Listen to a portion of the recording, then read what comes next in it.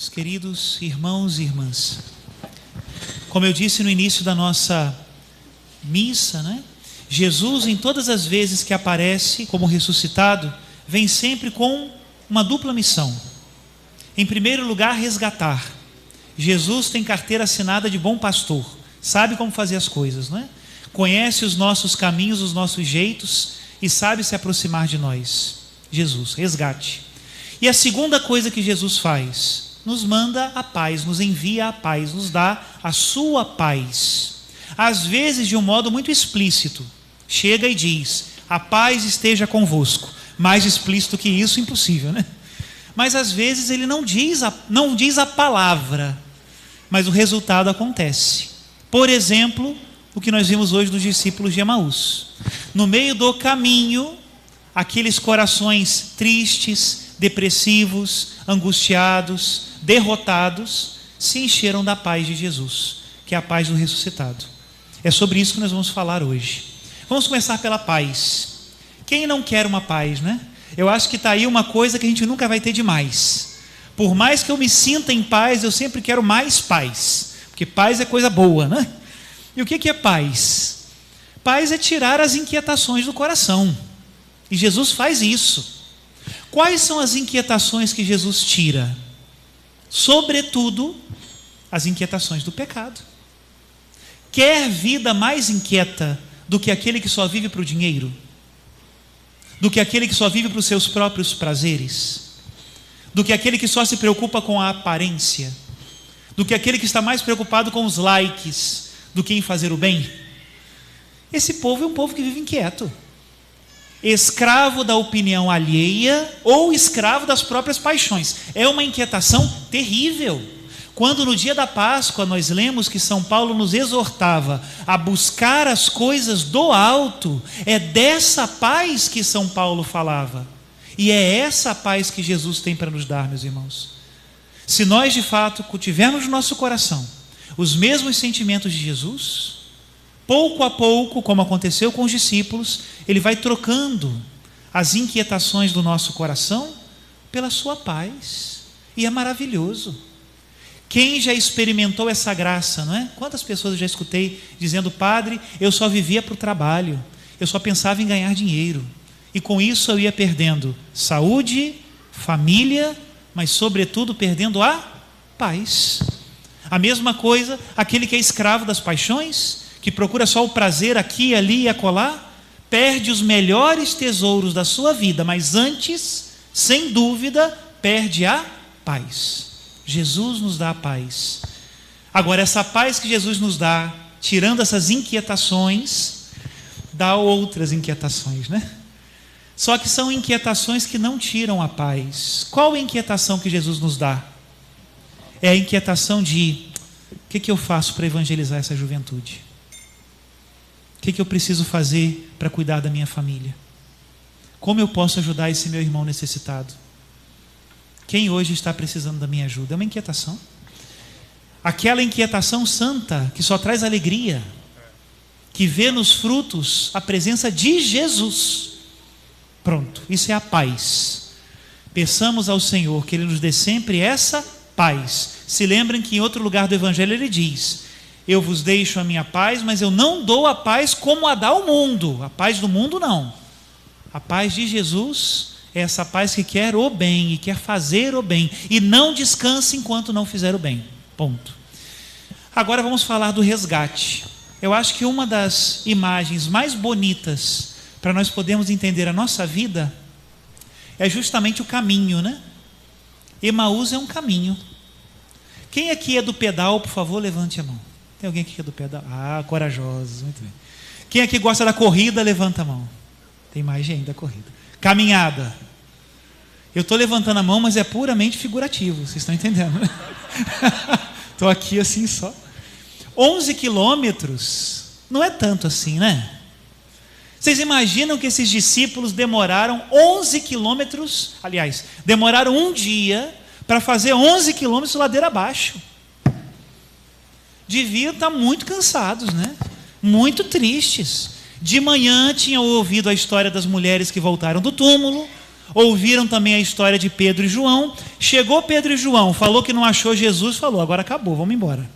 O pessoal falou, fica para tomar um café. Falou, não, nós vamos. Mas foi um caminho de tristeza, né? Nesse caminho que às vezes nós passamos também. Eu pensava, como é que eu posso entender esse caminho dos discípulos de Emaús, né? Eu ficava pensando, por exemplo, não é? O caminho de alguém, eu penso aqui em Macaé, não é? Alguém que vem aqui para Macaé, por exemplo, e aposta todas as suas fichas em Macaé. Cidade do petróleo, cidade da energia, cidade do comércio.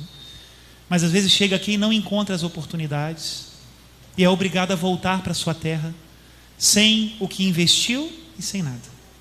Pois é mais ou menos assim como estavam os discípulos de Emaús. Ou é como um padre me colocando também, né?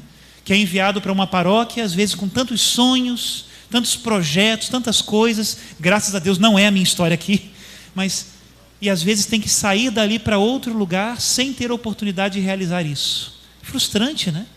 Assim os discípulos de Emaús. E é nesse momento que Jesus chega. Sabe, às vezes na nossa cabeça a gente fantasia que Jesus vai chegar no momento bom, quando tudo estiver maravilhoso, quando o êxito, né? Quando as pessoas sorrirem para mim, quando todo mundo me aceitar, quando aquele dia for maravilhoso, aí chega Jesus. Claro que Jesus também está ali, mas sem dúvida nenhuma ele está muito mais perto quando eu estou mais necessitado. E Jesus pega justamente no momento em que nós mais precisamos. Vamos ver se quem tem aqui data de nascimento um pouco mais antiga, talvez aqui é coisa mais moderna, não sei. Quem aqui já ouviu falar de um poema chamado Pegadas na Areia? Levanta a mão. Muito bem. Estou fazendo levanta a mão, gente, para vocês não dormirem. Depois de um feriadão, o pessoal já está... O feriadão cansa mais do que trabalho, às vezes, né? Pegadas na Areia é mais ou menos a história dos discípulos de Emaús. Vocês se lembram da história, né? Uma pessoa chegava na praia e no céu apareciam as cenas da vida daquela pessoa. E ela percebia que na praia tinham 2 pares de pegada. Uma era a dele e a outra de Jesus. E aí ele ficou revoltado no meio da história. Ele percebeu que quando apareciam as cenas mais difíceis da vida dele, um par de pegadas sumia. Ele falou, Senhor, na hora que eu mais preciso, o Senhor me abandona? E aí Jesus responde o quê? Que naquele momento ele carregava no colo, nos braços, isso aí. É mais ou menos como os discípulos de Emaús. E é mais ou menos como a nossa vida. Nós temos uma espécie de mania, de cacoete, né? De achar que no momento difícil Deus vai embora. É o contrário. Quantas pessoas já me disseram, padre, não vou mais à igreja. Eu falei, por quê? Estou fazendo tudo certo, padre. Mas está dando tudo errado, padre. Não vou mais não, vou procurar outro caminho. Eu falo, meu filho, mas é agora que você tem que vir todo dia. Jesus está conosco nos momentos difíceis, sim. E agora o processo de resgate. 5 coisas. Primeiro, qual é a primeira coisa que Jesus faz com aqueles discípulos de Emaús? Vamos aprender com Jesus, né? Primeira coisa que ele faz, escuta. A pergunta do evangelho de hoje, o que foi? É a pergunta que todos nós às vezes queremos escutar, né? Que a gente está doido para desabafar, não sabe com quem falar, não sabe como dizer. Que alegria quando chega alguém e fala assim, o que foi? Me conta, né? E nós precisamos aprender a fazer isso com Jesus. Meus irmãos, nós temos que nos lamentar com Ele, pedir ajuda a Ele, reclamar com Ele. Parece que a gente está esquecendo disso. Hoje o pessoal vai para a rede social, faz textão, mas não fala com Jesus. Vai na vizinha e mas não fala com Jesus. Se é da igreja, então, Nossa Senhora, né? A reclamação começa no padre e termina naquele que limpa o chão. Mas fala com Jesus. Em primeiro lugar, o Senhor nos escuta, não porque Ele não saiba o que está acontecendo, mas é porque nós precisamos falar. Primeira coisa. Qual é a segunda coisa que Jesus faz? A segunda coisa é explicar as Escrituras. E aí eu vou dizer para vocês uma coisa com tanto orgulho, porque eu escuto isso dos padres desde que eu era um naniquim desse tamanhozinho assim. Toda a vida o padre sempre diz a mesma coisa e parece que a gente não entende. A palavra de Deus tem que ser meditada todos os dias. Eu não posso acordar um dia sem ler a liturgia do dia. Pelo menos o Evangelho. O melhor é a primeira leitura, o Salmo e o Evangelho. Ai, padre, mas eu leio e não entendo. Quando eu era pequenininho assim, ainda tinha desculpa, né? Porque a missa era 6 horas da manhã na Rede Globo e pouco lugar para conseguir ver. Agora você tem um celular na sua mão. Quantos padres você conhece que pregam o Evangelho todo dia?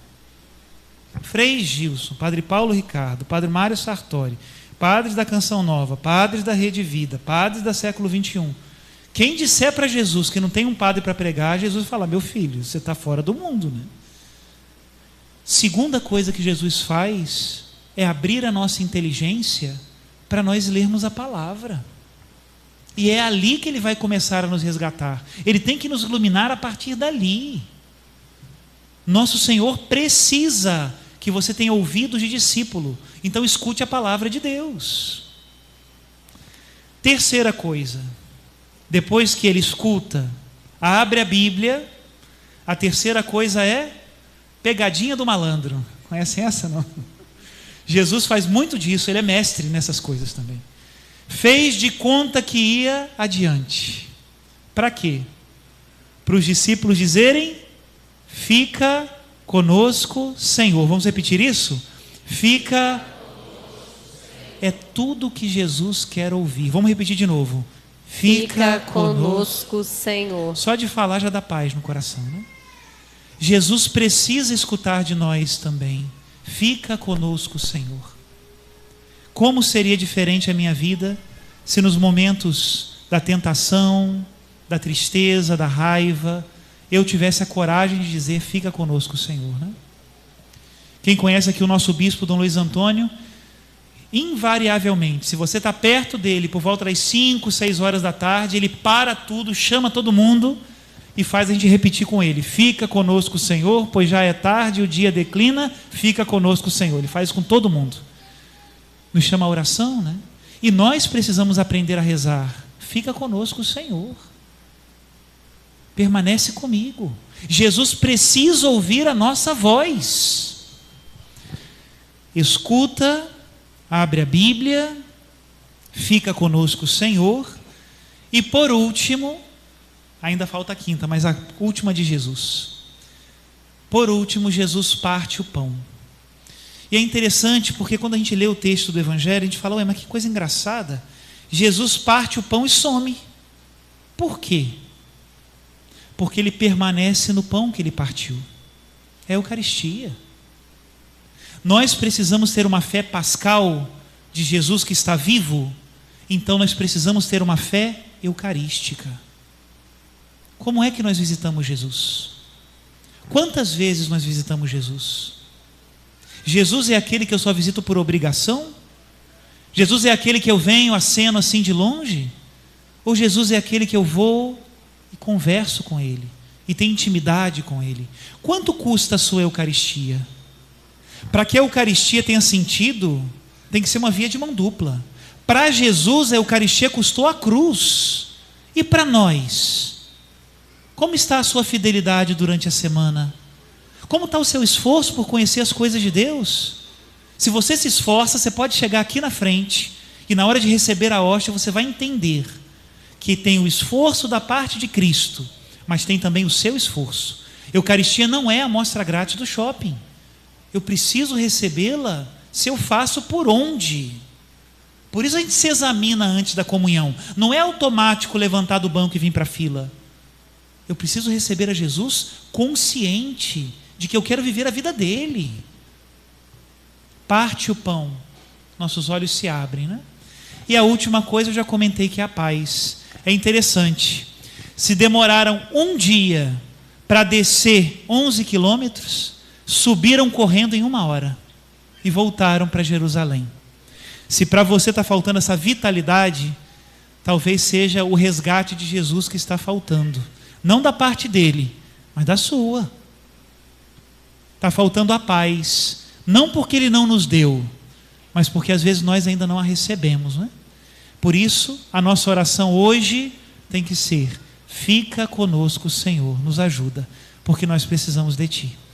Louvado seja nosso Senhor Jesus Cristo. Para sempre seja louvado.